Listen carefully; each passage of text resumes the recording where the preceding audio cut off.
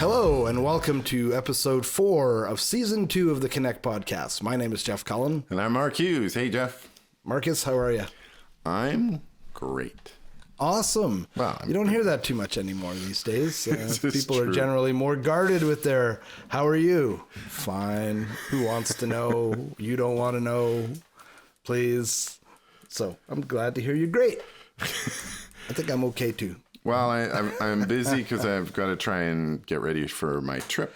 Yes, you're going on an adventure. An adventure with my dog. In more ways than maybe Possibly we're going to talk about because we don't want to be talking about stuff. But suffice it to say that I admire your courage in undertaking this for reasons. I think it's going to be great. Up to the Yukon, into Alaska. Have you ever been? I've been to the Yukon. I didn't drive up. I flew up. Although we drove around while we were there. And I've been to Skagway, Alaska on that same trip. Yeah, so my Paulette's dad used to have a gold claim up in the very northern tip of British Columbia, a place called Atlin, that you can't actually get to from inside BC. You have to fly into Whitehorse and then drive back down into BC. Yeah, it looks very pretty. So we spent, I think it was like a week, 10 days there. This is like 20 some odd years ago. And it was awesome. It was really interesting. Very different part of the world. Very different part of the world.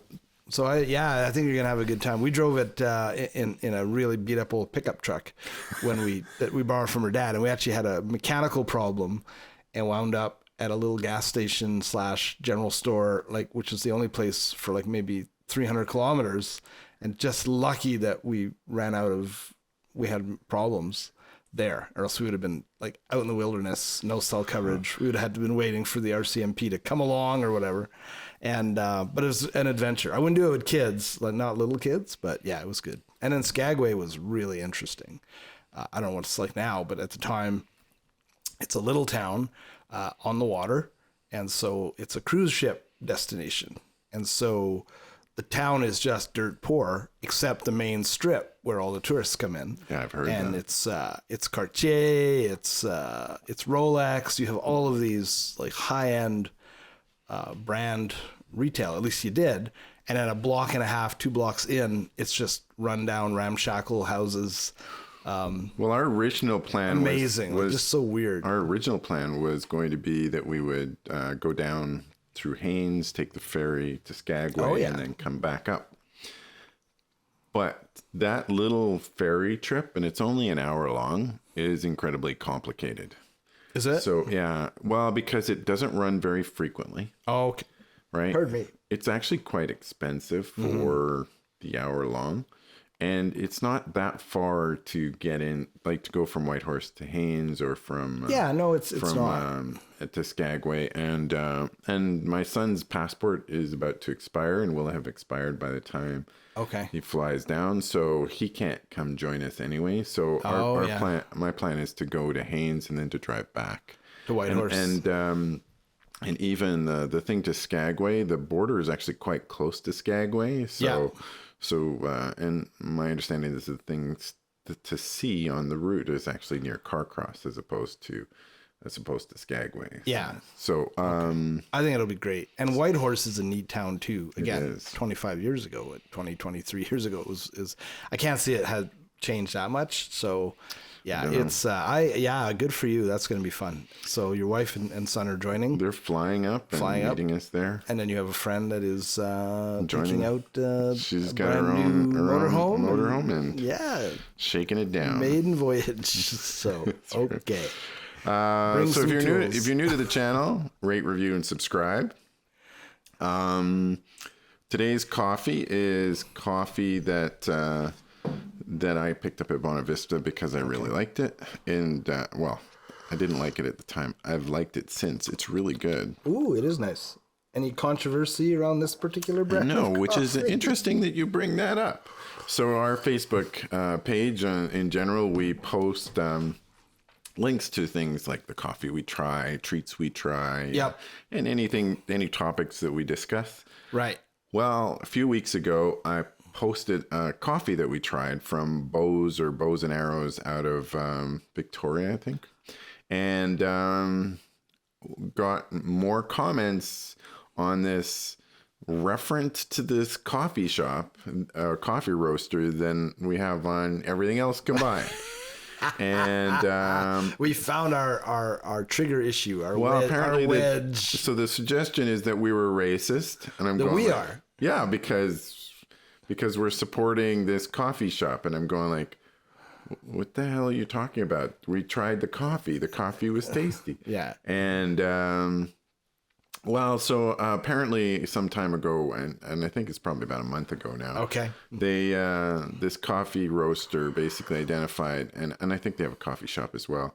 Identified that they were open for hiring baristas. Mm-hmm. But if you were a cis white male, you were at the back of the line. That's it. Like, that's it.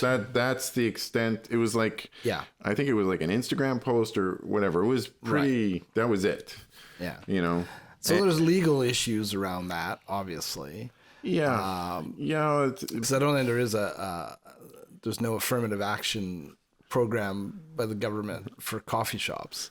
No. So maybe they could have been more subtle. But hey, listen, I support, first of all, a business owner wants to increase diversity, inclusivity. What's it called? Diversity, equity, and inclusivity, DEI. Great, you know. So presumably the person that is got a beef is not a barista wannabe. No, I think they're out of Alberta. And I think they're all related to each other. And I think... Wait a minute. I'm going like, hang on a second. Really? I'm shocked. Well, and we need to lower this just a little bit. Oh, there we go. I can see your face. Oh, okay. I don't want to look like the queen hiding behind a microphone. So anyway, well, I don't even know, because I'm having troubles even seeing where these people came from. Right. I think they're all tied to each other. They're all kind of, oh, boo-hoo, white people are being replaced. Great replacement theory. Oh, like, holy crap. Like, okay. Really? So like, don't you have better things to do than to troll on a podcast that has barely anything to do about coffee? Downloads. I know. Yeah. So, hey, I'm so impressed that they found us. You know, like, are they scanning for these things? I don't know. I mean, it is public, but okay. Well, anyhow, hey, everybody's entitled to their opinion. Call the coffee shop. All it said is coffee today was bows and arrows. Like, it was, I'm sure it showed up somewhere in maybe a... Well, I think one of them feed, and then they all kind of like went through. You know, if you got a problem, call the coffee shop. If you think call them respectfully, send them a letter. If you think it's an actual issue, file a claim. There you go. Put some money into it, right? Put some effort into it. Calling a podcast tangentially. Like, are you going to call every client? I'm going like, okay, really? Like, you want to get to bows and arrows coffee from our podcast, which, I mean, our Facebook page is even less subscribed. I mean, if they were a sponsor, but even then, it's like, okay, great, good to know. Thanks. We'll take it into. Are you going to sponsor us instead? Yeah, exactly. So, yeah, we live in a world of very fragile people. Yeah, very fragile people. Hey, do you got a dad joke? I do have a dad joke. Is Sparky going to join Sparky! us? There we are. Sparky has been demanding payment for being part of this, and I broke the bad news to him that there's no money. Well, just tell him he'll get paid when we get paid. That's right, exactly. All right, are you ready? It's another Star Trek joke. So Mr. Spock has Vulcan ears, right? Yes. What does Mr. Scott have? I don't know. Engineers. Oh boy. I was flipping through the dictionary yesterday and discovered a word that was spelled wrong in the dictionary. Oh yeah, what was that? Well, it's wrong. Oh. It's always spelled wrong. If it was not spelled wrong, it would be spelled something else. That's right. It would be spelled right.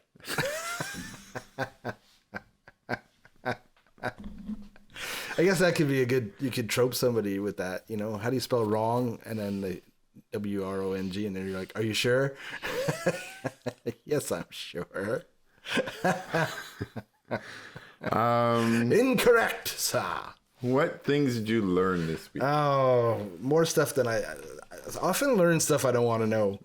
So, Oh no. But today I'm going to talk about something I found, which is kind of cool. And there's a whole bunch of YouTube videos that you can find a link to this. So there's this AI. It's a language AI. It's called Generative Pre-trained Transformer 3. GPT-3 is its short, and it's created by a company out of the US, of course, OpenAI. And how I tripped across this was a number of videos on YouTube where they're using two of these. They're basically a super sophisticated real-time chatbot, right? Okay. And they then have a graphical interface, which is an avatar, highly realistic avatar. So if you didn't really pay attention, it would be easily to be fooled to think that this is an actual person, right? Oh, okay. Facial expressions, the eye blinks. I mean, with Zoom, if you have a good connection, you could tell it's not real. But Okay. just on there's a whole bunch of videos with computer scientists talking to the AI, but there's a whole bunch where Does they it have pass the Turing test? yeah, very Really? close to. But then they let the AI speak to the other AI. It's entirely an open-ended, there's no programming. They just let these things go. And they're talking about love, and they're talking about How long before they start talking about Nazis? sex. They're talking about relationships, human consciousness, and these things go on. And there's a little bit of inconsistency. Like, so there's one where the AI, and there's a male and a female avatar. I mean, they're just two AIs, and one of them seemed to be, I wouldn't say it was glitching, but it kept asking the same question over and over again. So you sort of have a sense of, okay, there's a little bit off there, but man, it's like 80%. This sounds like an actual conversation between two like highly intelligent people. And like they said, the thing learns off of Wikipedia, right? So it has knowledge about all kinds of stuff, Wikipedia, and then just other open source. So it'll actually go, I don't know if it's happening in real time, but it's constantly scanning, right? And picking up context. And so these conversations are like mind blowing, right? Because there's been some in the past where, yeah, it quickly devolved into like nonsense. These do not. Like, it's a cogent, logical. Well, because that was super polite to each other. That was one of the things they talked about with AIs initially. They had problems with, and it was more for chats. Yeah. Like where they would dialogue back and forth with chats. And the comment was, and it harkens back to what I said before, is that eventually it degrades, it devolves into some reference to Nazis. Yes. Yeah. So anytime you start having these chats, they start getting meaner and meaner, and then they devolve into Nazis. Now this is obviously a small sampling. You know, that's why they're putting it on the internet. That's very cool. But the conversation do not devolve. It remains. Oh, that's good. And they're so polite. That's what my son said. You can tell they're not really people because they're really polite. Some people are polite. Some people are polite, but not everybody. But every time I say, "Oh, thank you. I'm glad you asked that question. You know, allow me to retort." And then but the concepts that these things are throwing around and kind of debating, it's just like, wow. So what do I call it? GPT-3. And I think there's a GPT-4 now that's supposed to be even more advanced. Interesting. So it just blew my mind. It's like how far these things have come. Very cool. Yeah. This is really good coffee. It is pretty good coffee. It's from some ladies in Bonavista, Newfoundland. Interesting. Do they hire cisgendered men? I don't know. Maybe they hire them to crush the beans with their tears. Hey, did you hear that the whiskey war got resolved? I'm not familiar with the whiskey war. It's been going on since 1984. Okay. It's one of the longest running disputes. And in the world of what? Well, it's a war over land. Oh, really? Yes. What part of the world? So it's between Greenland and Canada. So Canada's been involved in the whiskey war. Did we win? Well, it's like anything. It all depends It all on depends on your perspective. on whose side you're on. Yeah. Okay. So in 1984, there's this division between Greenland and I think it's Ellesmere, or it might be Baffin Island. Okay. But basically there is a line that was drawn, and there is this line called Hans Island. Yes. Hans. Yeah. That is right on the line. Right. Now, what country? Is it Norway? It's Denmark. Denmark. That's right. So a bunch of Canadians showed up in 1984, planted a Canadian flag. Yeah. And they left a bottle of Canadian rye whiskey at the bottom. And they claimed Hans Island for Canada. Right. And then sometime later, the Danes showed up, replaced the flag with a Danish flag. Right. And left an Aquavita, bottle of Aquavita, which is kind of like it's kind of Danish whiskey, but it's more like grappa. Okay. Right. Okay. And left a bottle of that, and then a letter saying, welcome to Denmark. Denmark. And it would have been more creative if they'd left a Danish. Exactly. What is this Danish doing? Hey, wait a minute. We'll bring our Timbits. Yeah, exactly. Or maybe Bieber balls. Oh, hey, we can't make fun of Justin Bieber. He's now got cold brew. what? Yeah, so now they've released a Bieber brew, which is a cold brew. Yeah, but he's got, is it Hunt's disease? Like half his face is paralyzed. Yeah, because of it's some like kind of it's ear like infection. a Bell's palsy. Yeah. But it's something Hunt's. Yeah. Yeah, it's the same thing. It's tied to the nerve that connects to the ear. Man, not good. No, apparently you can go deaf from it. Apparently, it can also be permanently paralyzed. Like some people, I guess most people recover, but it's not always a for sure thing. So, yeah, not that I'm a big fan of his music, but hey, wish him all the best. Yeah, hey, that's spooky stuff. It's not good. No. So, anyways, the whiskey war. So, what's been the resolution? So about once a year, it's been traded back and forth and forth. It's the most polite war ever. Of course. In 2011, they decided to sit down and negotiate over it. Okay, so 11 years ago. And just recently, they have decided the resolution of who owns Hans Island. Who is it? And just be aware that it is a barren rock. The Americans. No. The Chinese own it.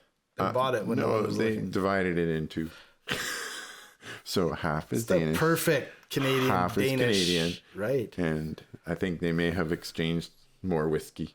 But it's called the Whiskey Wars. It's one of the longest running wars. And it is the first time in like 20 some odd or 30 years that borders have changed in North America. Wow. And the last time was when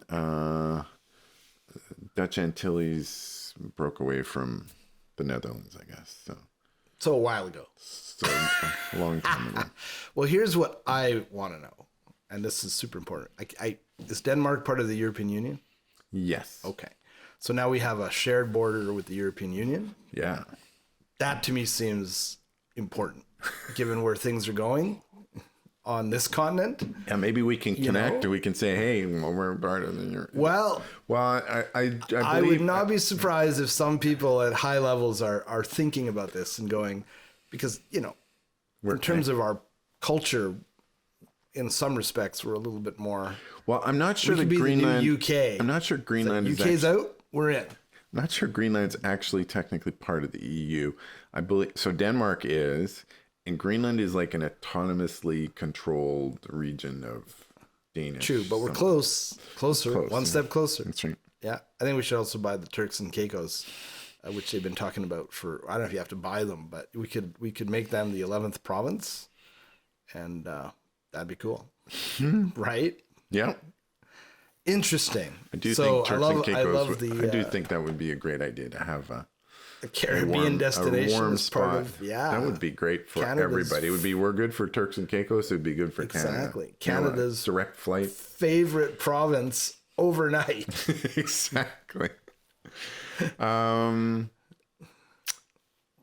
the other thing I learned is, so you know what a crystal is, right? Like, what's a crystal? a crystal? Yeah. You mean like the scientific definition? Yes. What's a lattice of atoms, right? That has like a fairly regular pattern, although there can be You're doing awesome. disconnections. They're not 100% perfect. You're right. So a crystal is basically a material that has a repeating pattern. Yeah. So no matter where you go, it's That's what makes diamonds so hard, because it's a very repeating, a lattice of carbon and non-carbon. three-dimensional, So apparently, just recently, time crystals. they created a time I crystal heard about this in a quantum physics computer. girl. Yes.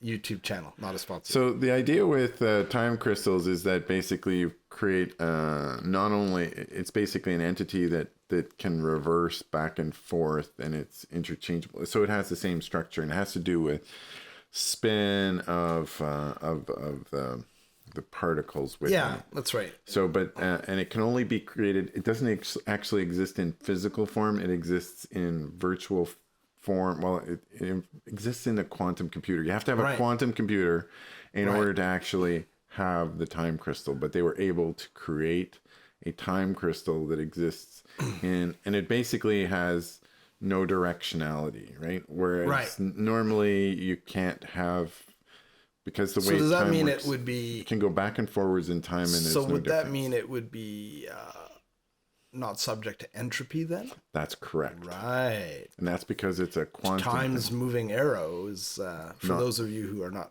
into physics, is the constant movement towards chaos, right? Measured by entropy. Although there's people who are now debating how that works, because if you look at emergent order, right, including potentially us, seems to go against entropy. Well, so you're creating pockets of order within general, a more chaos. So it depends on where you draw. There's so much that we don't understand about physics and reality. Well, that is cool. Yeah, but I saw that and I was like, I saw that, and because they had time crystals in Star Trek. Well, this is the thing. So time crystals. It's true. It's happening. It must be. Yeah. The other thing is that. Well, I mean, it sounds so sci-fi, and it's just it's real. I watched the video twice, and I still don't entirely understand it, but it sounds very cool. Yeah. And the third thing I learned, and I sent you a link about it, was these Klondike papers. Yes. So there's a lawyer out of Calgary. His name is David Wallace. Panama Papers, or the Valachi Papers, but it's our own papers. And it basically, he was hired and has been hired for a long time by the UCP and the Canadian Progressive Conservatives for as a fixer. Yeah, and then the whatever underlying cabal of globalists, what are they called? The thing that Sebastian. No, the thing that Stephen Harper's the head of. Yeah, it's like it starts with an S. Yeah, it's like a culty churchy thing. Well, no, but he's also part of a global government thing that Modi and India, all these guys, all the conservative movements are tapped into this. It's not the UDE, but I can't remember. You'd think, given the seriousness of it, I would recall it. But for the moment, anyhow, I was blown away. I haven't looked into it yet because, frankly, I don't think I have the energy right now to find out the truth. But it's a lot. It's fascinating. 6,400 pages of document. Yeah. And wow. Now, what's this guy's? Well, he's just, I guess he's disenchanted. He's had enough. He's this goes too far. Yeah, until recently, he was a conservative political fixer. Right. His job was to help politicians. He's talking about dry works and wet works. In other words, and he only did dry works. Yeah. Well, so wet works being actually taking people out. Right? Yeah. In Canada. That's what's happened to Justin Bieber. It's a fix. But they poisoned his Timbits. There is. It's true because you heard it on the internet. I'm trying to find the name of the organization that. I thought it was the UDE. No, well, there's also a different thing that ties to. It's like a it's well funded, and there's lots of money associated with it. Is it the Illuminati? No, but it's like the Illuminati. It is, the Plymouth Brethren. Why did I think it started with an S? Right. The Plymouth Brethren. Right. It's a secretive religious sect. Anyway, so they're significantly involved in this conservative part. There's so much of this. Anyway, I'll try and read a little bit more and have something a little more reasonable to talk about with respect to it. Yeah. Maybe for the next episode. As we try to not be political. Yeah, exactly. But it's interesting because it's Canada's equivalent of the Panama Papers. So. Oh, absolutely. So today's already 25 minutes in. We haven't even talked about anything. Well, we've talked about a lot of things, actually. So today is unusual movie experiences. So, yeah, I can't find what are your unusual movie experiences? Personal? Did we talk about prick up your ears online? Or was that... You talked about it specifically as it related to first date. So okay. that actually has kind of got me thinking about okay. So, because that's probably my most unusual personal movie experience. If you think about it now, right? There's things that I've done going to movies that would be considered unusual now because nobody does it. Right? Oh, okay. So I went. All right, Pee-wee, tell me more. So when I was a kid, I went to a drive-in.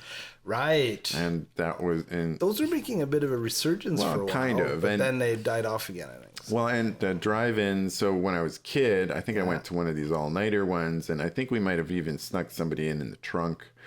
And trunk of the car to go, and we watched, so you basically pull up to a giant outdoor movie screen. You'd hang this was when you still hung speakers on the window, like I was gonna say like A&W used to be, but nobody knows what that is either. They used to serve A&W used to serve food. You drive in. It was a drive-in. Literally a drive-in diner. Yeah. Drive-in. It wasn't a drive-through. It was a drive-in. That's right. You pulled in, and then these usually women or servers on roller skates. They'd be on roller skates. They came out with your tray, hung it on your window. That's right.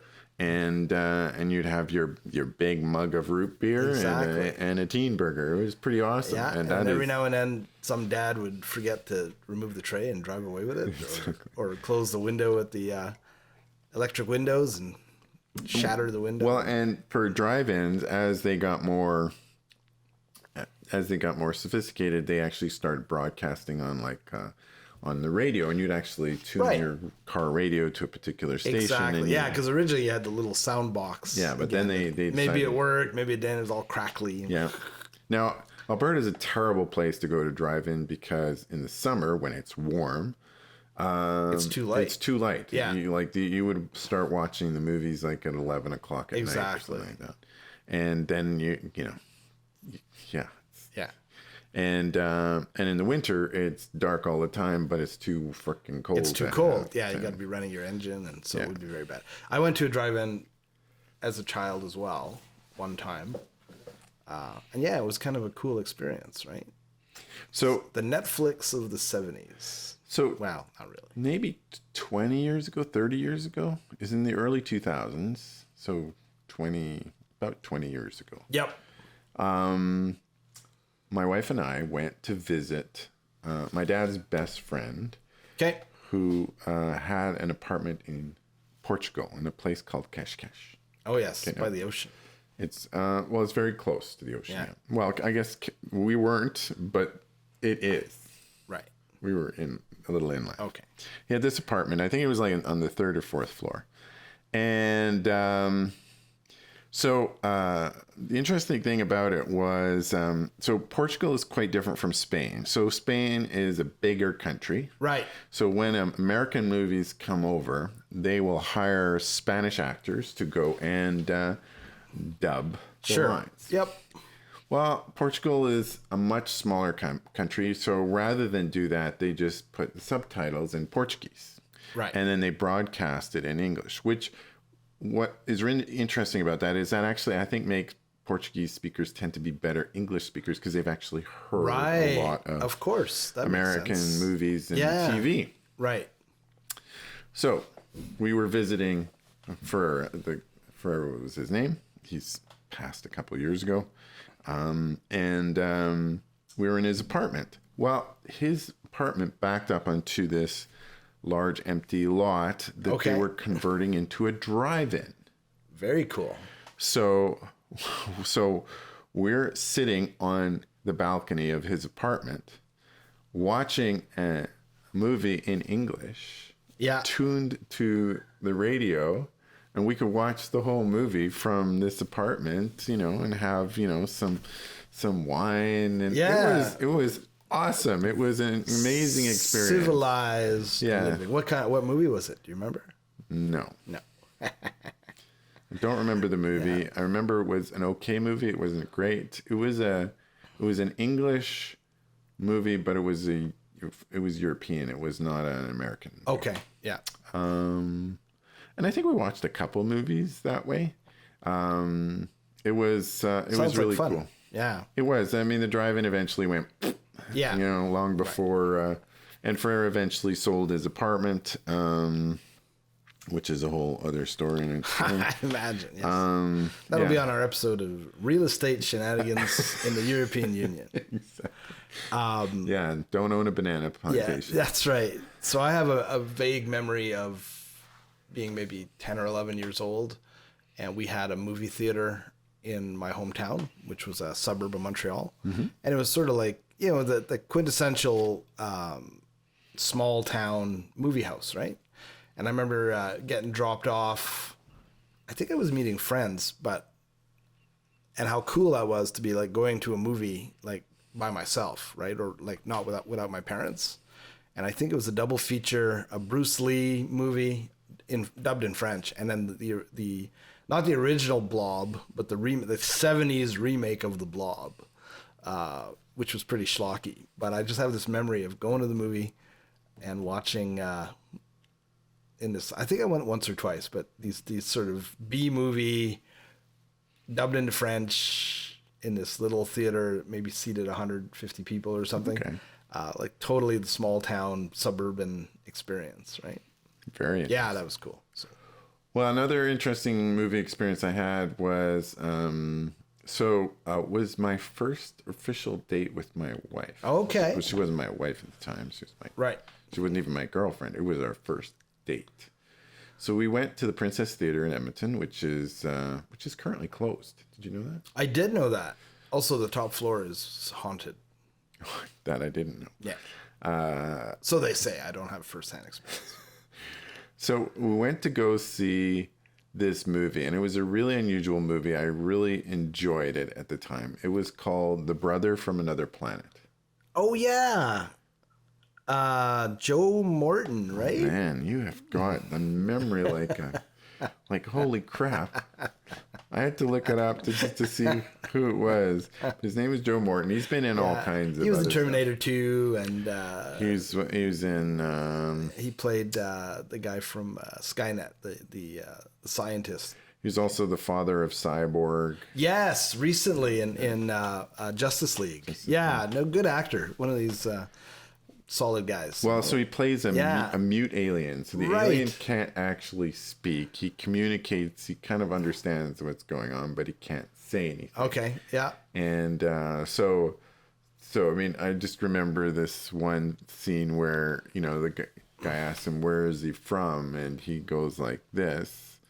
And points up. And they say, oh, you're from uptown, so they just fill in all the blanks associated with him, and really he's from outer space. Absolutely. And anyway, funny. So it was an unusual movie. It was really funny. It was really well put together. It had did it have the Coen brothers? It had some brothers. I can't remember. John Sayles. Okay. And John Sayles actually appeared as one of the alien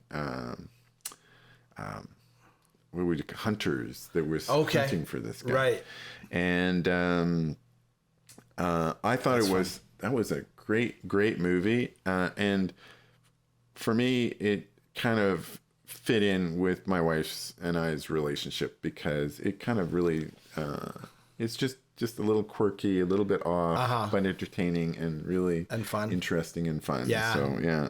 So that's, and I guess the last experience that I was thinking, like I haven't had really crazy movie experiences because you basically go in a movie, you watch a movie, you leave. But But I remember in 1977 lining up for Star Wars. Oh yeah. I mean, that was a thing. If there was a new movie that was coming up, whoops. Well, that was such. It was not uncommon for you to line up. That's right. I remember lining up for Star Wars when it was just released. So this was, and it was good. Yep. I didn't think I went super crazy about it, but I thought it was really worth lining up for. And but yeah, so I mean, when's the last time people line up for iPhones now? That's right. I'm not sure they even do that anymore. So I remember I remember my parents took me to see Star Wars, which was unusual because I didn't go see a lot of movies. I don't think they particularly enjoyed it, but I did. And then I remember the year after that, we went to Florida, and they bought me the first 10 Star Wars action figures. I still have them. I don't have the backing cards. I remember I had them for years, and I got rid of them, and now I'm kicking myself because I think if I had the backing, and even though it was open, and I kept really good, I still have all the accessories, all the original parts. If I had the backing cards, I'd probably be retired right now because I think I could sell that. They're not mint, right? But they're in really good condition. Interesting. Yeah. So I still have those somewhere in the crawl space in a box. But I remember that. Other interesting movie experiences. I remember. Well, this is kind of funny. So when I lived in Victoria, we worked a lot of overtime. My first engineering job, we worked like crazy hours. Which was good because we got paid. We weren't on salary yet, so we'd get time and a half for the overtime, and. But we would just work ridiculous hours. And then we'd try to go see a movie on Friday at one of my coworkers. And the number of movies that I slept halfway through, and so did he, is ridiculous. So I had this whole list of movies that I've seen like half of. So there's one called Super 8, I think, with I remember with Nicolas Cage. Well, I remember going to see it. I remember like nothing of the movie. Tombstone, which is such a phenomenal movie. I just rewatched it on Disney Plus. With the kids, slept through half of that. So eventually we stopped going because we're just wasting our money here, right? Let's go do something else. But I remember, weekend after weekend. Well, I've got one what more. Is wrong I've with got you? one more. That reminded me, the sleeping through movies reminds me of one other experience that had to do with movies. So I graduated from high school in 1982. Yes. And so we had our grad. That's right, kids. A long time ago. Yeah. Oh my God, 40 years. Pre-internet. Pre-everything, really. Pre-computers. So went to the grad.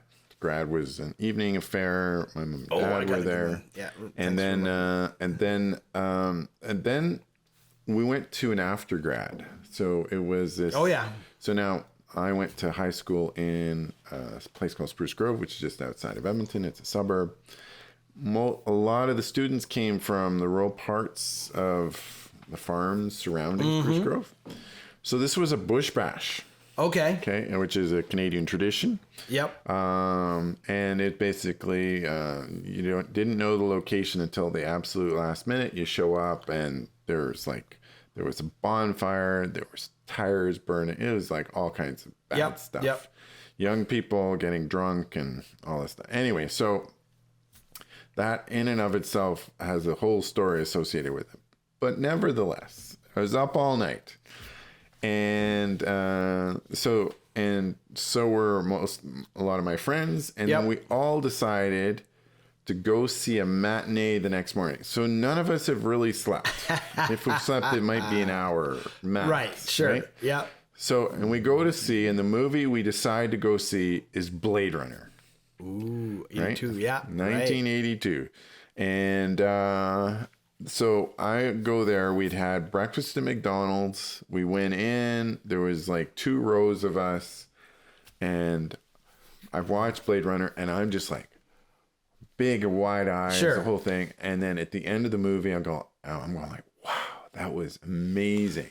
I turn around, every single other person that I was there with, there was like 12 or 15. They're all out. Everybody's asleep. Oh, they didn't see Roy's speech, man. I did not see any of that. And Tears in the rain. I thought that was so... Wake up. Wasn't that an awesome movie? Yeah. We saw a movie? Yeah, exactly. This reminded me, and maybe we can end on this because I know where our time is, but so when I went to Champlain College, so of course in Quebec, you go high school, you go CEGEP, Yep. and then you go to university. So Champlain, I did 2 years at Champlain, and great school. And so our grad from Champlain, similar, right? But not high school. So a little bit more, was in an old hotel downtown. Yeah, because you finish high school in grade 11 at that time, and then you go to CEGEP for 2 years. So this has been 1986 because I graduated high school in 84, 86, 2 years of college before heading off to university. But so we had our grad in the old Mount Royal Hotel downtown, which was cool because it was getting shut down. It was fun. But we also, the people organized, there was this repertory movie theater that was also getting shut down. In fact, this was the last Saturday that this thing was going to be open. Okay. And so they said, you guys can come and we'll do Rocky Horror Picture Show. Oh, wow. You know, it wasn't I have never seen that. Oh, well, this was, I'd already seen it once, but this was like off the chart. So it wasn't exclusive to us, but predominantly most of the crowd was, it was a 3 a.m. showing. So it started at 3 a.m. Oh my. Right? Because we were out drinking and carousing. And they said, and we don't care because we're shutting down, and then they're tearing it down like in 6 weeks, right? There's a mall there now. So you guys do whatever the hell you want. So there was, I don't know, a couple hundred college students, maybe more, plus a bunch of people who are just your regular Rocky Horror Picture Show goers, right? In the full makeup. And we just beat the living shit out of that place. Once the movie ended, people were up with fire extinguishers. The screen got torn. Oh, really? Oh, it was just like a while. And all I remember clearly is about 6:30 in the morning, pouring out of this theater, downtown Montreal. And there's like 250 people wandering around. And there was the Dunkin' Donuts, and the staff at this Dunkin' Donuts are not expecting 250 people to show up at like 6:45 on a Sunday morning. We got like 6 donuts. Demanding coffee and Cut them donuts. up in a little bit. But it was absolutely wild. Just so much fun. But yeah, I have a clear picture of that when somebody got a fire extinguisher. Turns out there's a lot of fire extinguishers in a theater, right? It's probably like a dozen. It just goes, there's this big fucking cloud of smoke. And but the owner was like, yeah, like we're shutting down. It's like, 50 years we've been here, and this is it. It's the last night. So go wild. Go wild. and so we did. Well, that's very cool. Yeah. What media are you consuming? Just watched episode 2 of FX Pistols on Disney Plus, which is the biopic of the Sex Pistols. Yeah. It's amazingly good, and very interesting story. Is that on Crave? No, it's on Disney Plus. What the hell is the there? Stars thing? Yeah. Because that's what my son says. Like, this is on Disney Plus because it's pretty graphic, but really well done. I watched the first episode of Miss Marvel, and really liked it. It's very unusual. It's very much like Scott Pilgrim versus That's the what world. you were saying, and I know my son has seen Scott Pilgrim, and he totally was agreeing. It's getting a lot of nasty pushback again. Really? Yeah. Is it because she's Muslim? Or it's boring. It's made for children. Like we've become such a society of whiners. Like, not all of us, but I know social media amplifies this. Online, but it's like online people will say things that they won't say in person. Well, it's like, I can't understand why you even bother. So it's not Captain America. Great, boo-hoo. You didn't like Brie Larson anyways, most of you. So go away. I think it's great. I actually liked Brie Larson. I liked her too, but there was a lot of, oh, she's not really Carol Danvers. It's a movie about a cartoon, about a comic book. Like, seriously, right? Nobody ever says, I'm not sure I like the actress who's playing Margaret Thatcher, right? Not quite authentic. It's like, no, because grown-ups watch those shows, right? Like actual grown-ups. And I don't just mean age. But anyhow, Diversity, I think they're doing a great. I've only seen the first episode. I love the representation of some of her family dynamics. It's obviously kind of poking fun, you know. So it would be like Kim's Convenience or Little Mosque on the Prairie, where you're respectfully. The directors are East Indian, I guess. Yeah. I'm not sure. I think they're Pakistani. Somebody said. I'm not sure, but clearly they're bringing an interesting viewpoint that we don't usually see. Exactly. And it's very much like Moon Knight. Yeah. Moon Knight the director was Egyptian. That's right. And you totally get that. The choice of music was awesome. Exactly. And really interestingly different. Think it's fantastic. And same thing with Ms. Marvel. Ms. Marvel, there is a part of it that is a little bit like, so part of the issue too is I have an Apple TV box. Okay. Right. It's one of these 4K ones. And you have an option when you're doing it. You can either watch it in regular kind of mode or you can watch it in HDR mode. Ooh. Now, when you watch it in HDR mode, everything gets like super sharp and it's like watching an old TV show, right? Like remember how when you watch TV shows in I don't know, like the 90s, they were hyper sharp because TV technology is how it recorded was really different. Yeah, you didn't get that depth of field. That's why film always looked different from video, because video has everything super sharp. Sure. And film, there's a lot more control over your depth of field. And the background is a little bit blurred. And it's actually okay. So you were watching it. Did you find it jarring then?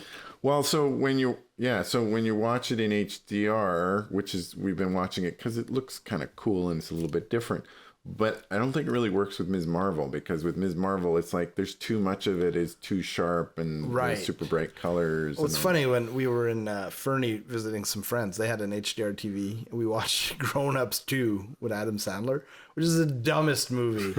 It's the stupidest movie I've ever seen, and yet we watched the whole thing. It literally feels like these guys had a contract to do a sequel, and they were like, I don't know what story we should do. I'm like, let's just make some shit up. But it's the same thing. It was in HDR. You just look too sharp. Yeah, it's like it's a bit jarring. Yeah. So because the background is super clear, the foreground, and if you're not used to it, it has a. Well, you see that also with from a technical perspective, it's also frame rate. So there's a certain frame rate that we're used to watching, which is either between 24 or 30 frames per second. And what that means is that when it takes a picture, right? When something moves, right? It may not be super sharp. You'll see a little bit of blur, as kind of like in real world. In the real world, right? That's the thing. I don't like movie screens where it looks sharper than the real world. So the thing is freaks me out. Is that if you use like a faster frame rate, like a 60 frames per second or 120 frames per second, there is zero blur. Right. Because it's fast enough to freeze the motion. So it's almost like then it looks different. Yeah. And it's a subtle thing, and it's how we distinguish film, even though film is all digital now. Yes. It used to be that film was on film, and there was like 30 frames per second. You had to push that frame.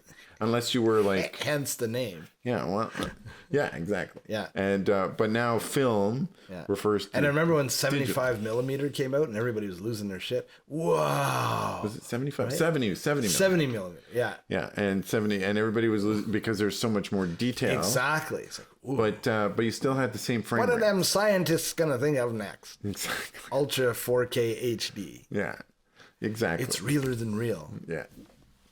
So anyway, well, we've kind of totally evolved. We lost it there. So you were watching Miss Marvel. I watched Miss Marvel. You liked it, but the frame rate was wrong.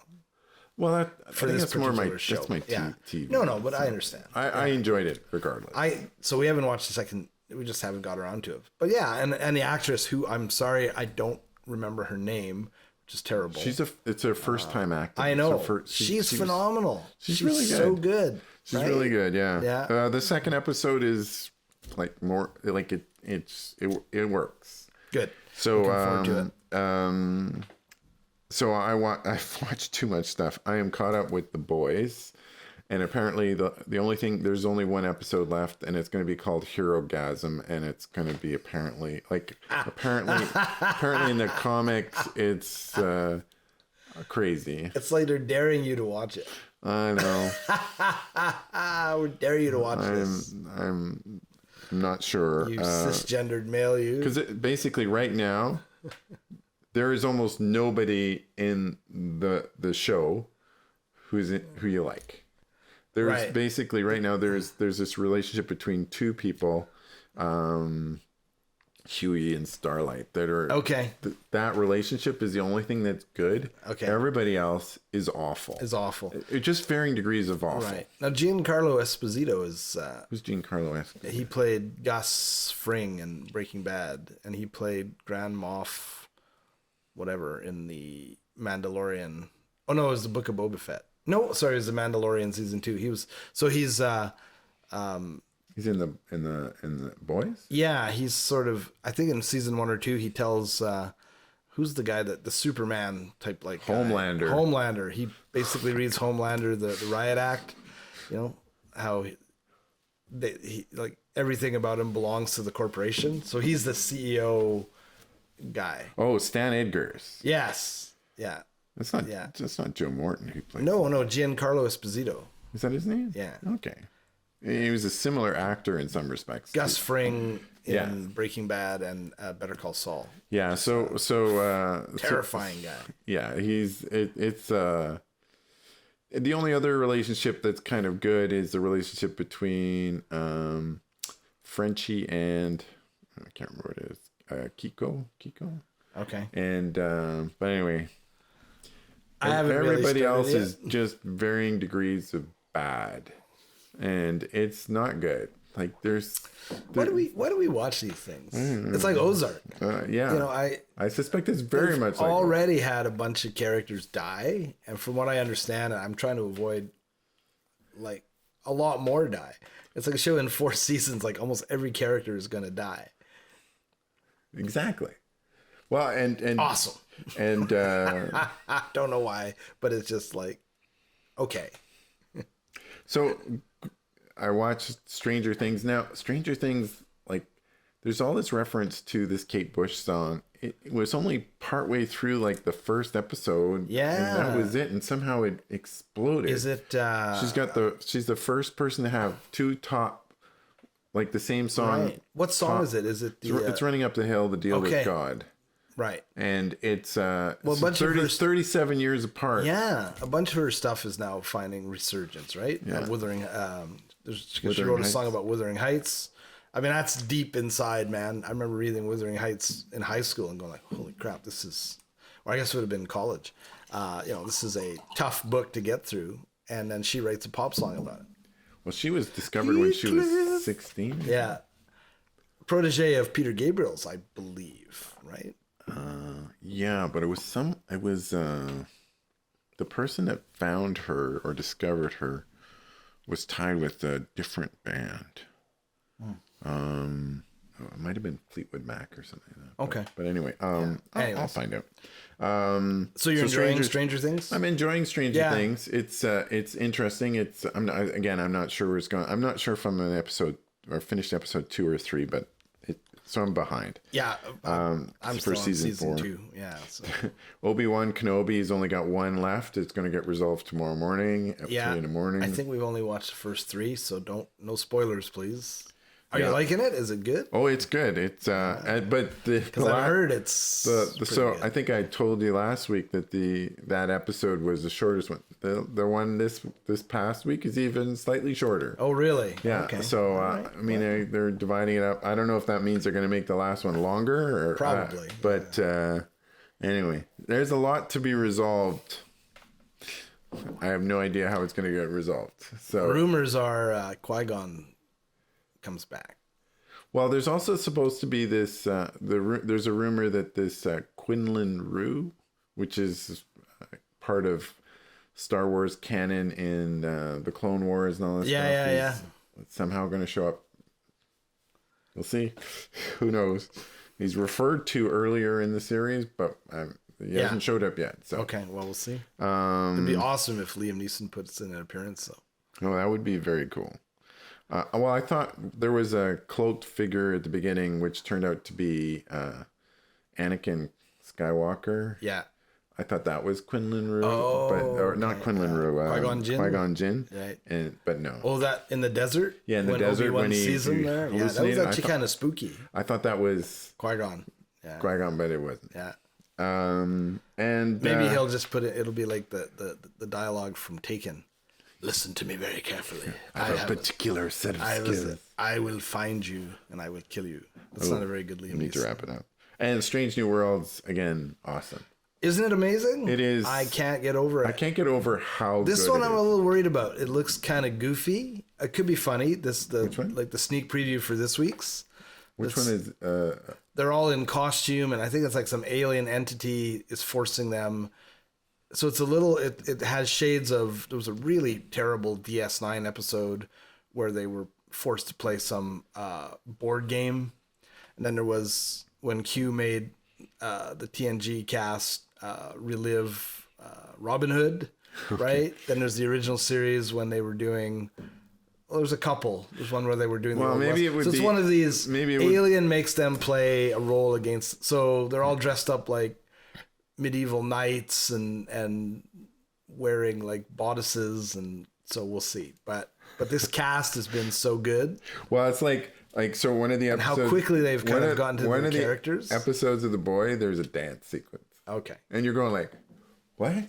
Like if you've watched any of The Boys, you're going like, what? But there's a brief dance sequence. I mean, it does make sense in the context of it. Right. But I thought Strange New Worlds, that particular actress, is Jesse James Keitel. Yes. Not very distantly related to Harvey Keitel. Oh, really? And he's a transgender actor. Right. Now, apparently she uses she, her pronouns, but the character she played was using they, them. Yeah. And you know what? I didn't clue in during the episode. I just thought unusual looking individual. I thought really kind of actually captivating. I thought it was fantastic. Yeah, it was good. And they didn't make a big deal out of it. I was only trying to figure out who this actor was. And afterwards, and it was only then that I realized that, and so I thought it was interesting. Yeah. But it wasn't germane to the episode. I did think that when she turned evil, she was a little twirling the. It was a little over the top. But again, but she was really good, fun. particularly before that. Yeah. Like she was convincing. Yeah. And then the reveal that ties us back to Star Trek V Sybok, which has always been a bit of a contentious thing in canon. And again, I was just like, that's awesome. Yeah, so we'll see if we actually see him or if it was just I suspect they're going to see him. Yeah. So it's just Spock's too much. Half brother, who is the Vulcan with feelings. So for our next episode, I think I have two suggestions. Okay, you pick which one you want. Sounds good. We need what activities did you do before the pandemic that you have not continued to do after the pandemic? Oh, hula hoop competition. Or the other one is, how do you go about planning for your trips? Oh, very timely. Yeah. Okay. Let's do that one. Let's do the planning for the trips, and then the next one we'll do is pandemic. Okay. Good. Have a great week. Yeah, you too. So on behalf of Mark, Sparky, and I, we'll see you on the next one. Unpaid Sparky. All right. See you. Bye-bye. Bye.